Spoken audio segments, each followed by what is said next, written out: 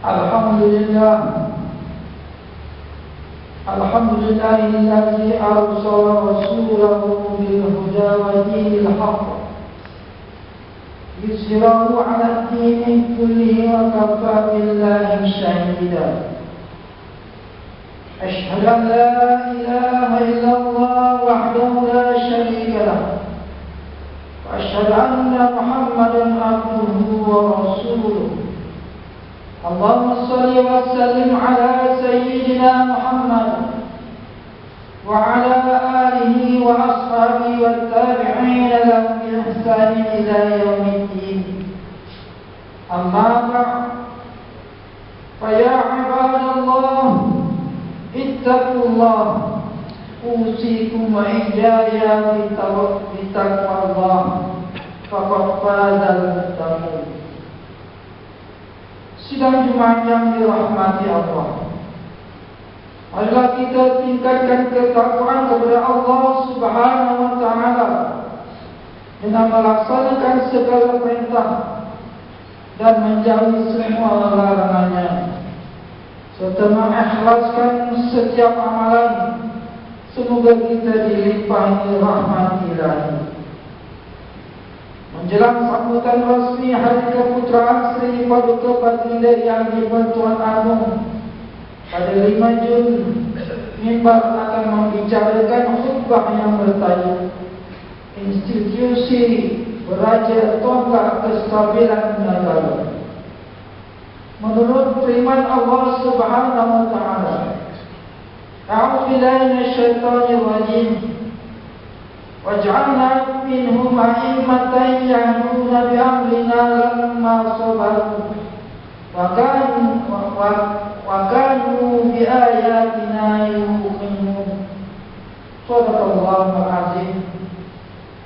Yang maksudnya, dan kami jadikan antara mereka itu beberapa orang pemimpin yang membimbing kaum masing-masing kepada hukum agama kami, selagi mereka bersabar, yakni dalam menjalankan tugas itu, dan mereka tetap meyakini ayat-ayat keterangan kami. Surah As-Sajdah ayat 24. Bermula daripada pemilihan Sayyidina Abu Bakar radhiyallahu anhu sebagai khalifah pertama selepas kewafatan Rasulullah SAW, terdapat berbagai kaedah yang diguna pakai oleh umat Islam untuk memilih atau melantik pemimpin tertinggi. Membuktikan kaedah melantik pemimpin dalam kalangan umat Islam bersifat anjal dan terbuka asalkan tidak bercanggah dengan asas-asas ajaran Islam. Apa yang penting, Islam telah menggariskan kelayakan, tanggungjawab serta hak-hak pemerintah dan rakyat dalam setiap kerajaan dan bernegara. Bahkan umat Islam membolehkan umatnya mengambil manfaat daripada mana-mana sistem pemerintahan untuk diamalkan jika sistem tersebut boleh mendatangkan kebaikan dan kemakmuran kepada agama, bangsa dan negara. Sidang jemaah yang dimuliakan, di negara kita, sistem pemerintahan beraja telah lama berakar, bermula daripada Kesultanan Melayu Melaka yang mewariskan adab bernegeri dan budaya berkerajaan, berprinsipkan negeri beraja, rakyat bersultan. Pada tanggal 31 Ogos tahun 1957, Persekutuan Tanah Melayu dimasyhurkan sebagai sebuah negara baru yang merdeka, disusuli pengukuhan Malaysia pada tahun 1963. Matlamat yang dan wawasan umum negara yang baru merdeka ketika itu adalah untuk mencapai tahap perpaduan yang dilambangkan melalui seorang raja yang agung yang berjaya menguasai kesetiaan setiap warga dengan memastikan terbangunnya sebuah negara merdeka yang berdaulat, makmur lagi stabil, dan warganya hidup dalam suasana aman, rukun dan damai yang dinikmati melalui pemerintahan yang adil lagi saksama yang berpaksikan undang-undang. Ketika berangkat formulir untuk membentuk kerajaan merdeka, institusi raja dan institusi rakyat digabungkan berlandaskan prinsip raja berperlembagaan, demokrasi berparlimen. Raja berperlembagaan ialah kelangsungan pemerintahan raja yang mentadbirkan semula peranan raja seiring dengan keperluan semasa.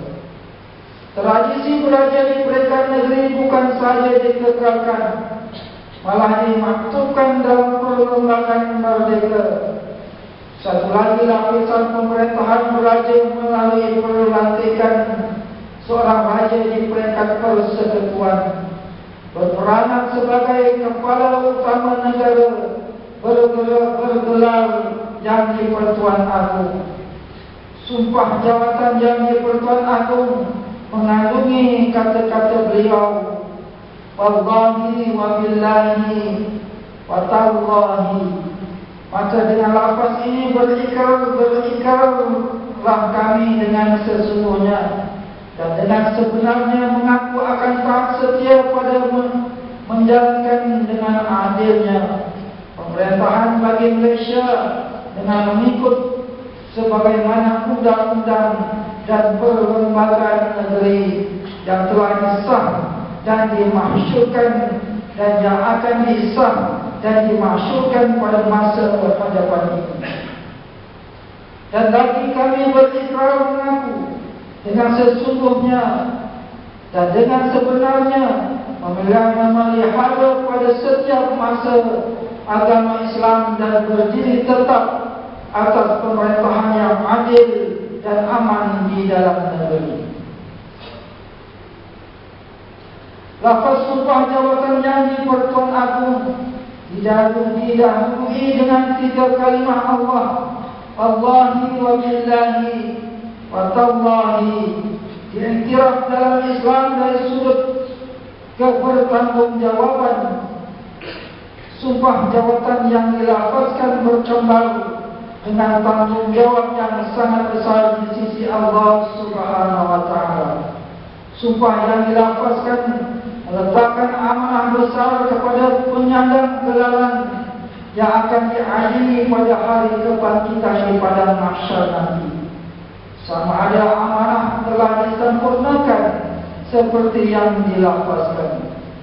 Nyatalah jawatan ketua utama negara bukan hanya berbentuk hiasan, di sebaliknya menuntut kepada penyempurnaan tanggungjawab yang besar memenuhi amanah.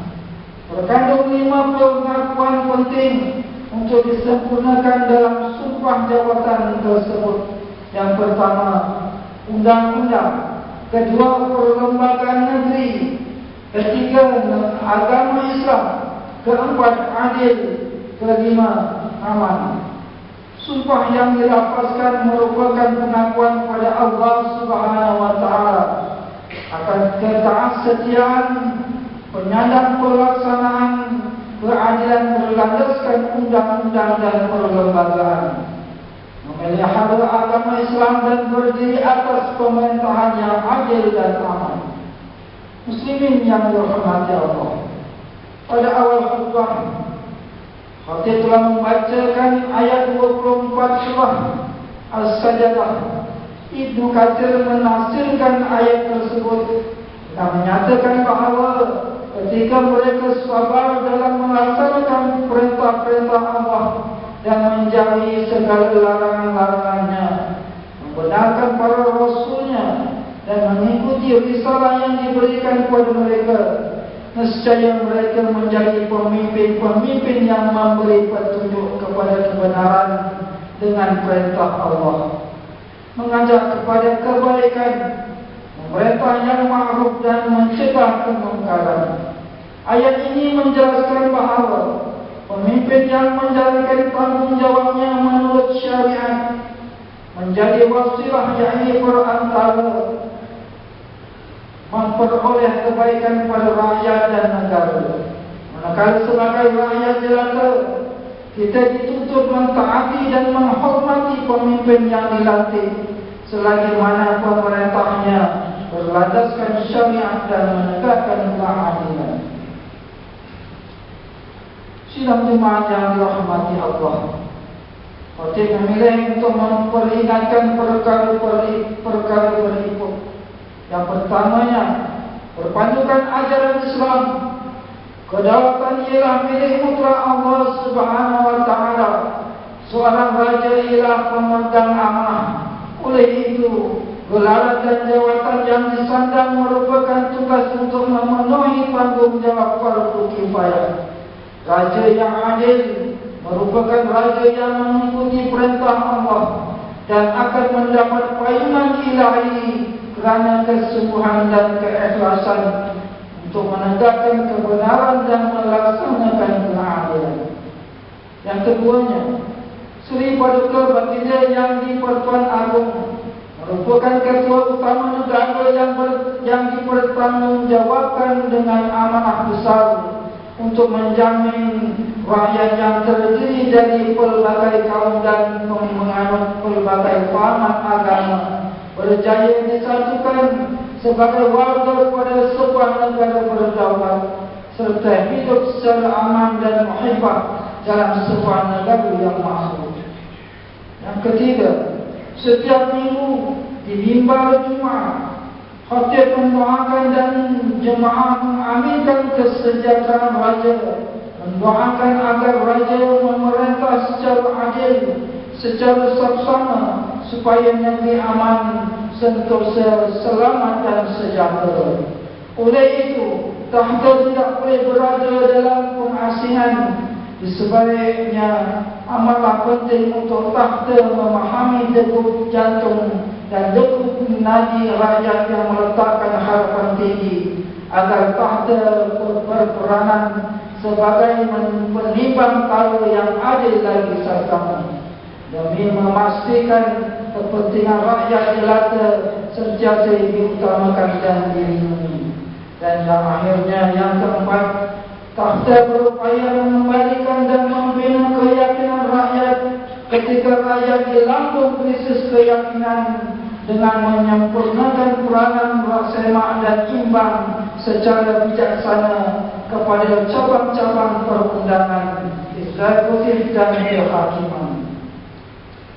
Khatib menyembah ucapan berkahi Tuanku kepada Sri Paduka Baginda Yang di-Pertuan Agong Sultan Abdullah Yanuddin Al-Mustafa Billah Shah, dengan iringan doa semoga negara di bawah naungan pemerintahan Tuanku dilimpahi amanah, dilimpahi keamanan, keharmonian, kesejahteraan dan kemakmuran. Barakallahu li wa lakum bil Qur'anil azim wa nafa'ani wa iyyakum bima fihi minal ayati waz zikril hakim. Taqabbal minni wa minkum tilawatahu innahu huwas sami'ul 'alim. Aku qawli hadza wa astaghfirullahal 'azim li wa lakum wa lisairil muslimina wal muslimat wal mu'minina wal mu'minat al-ahya minhum wal amwat fastaghfiruhu innahu huwal ghafurur rahim.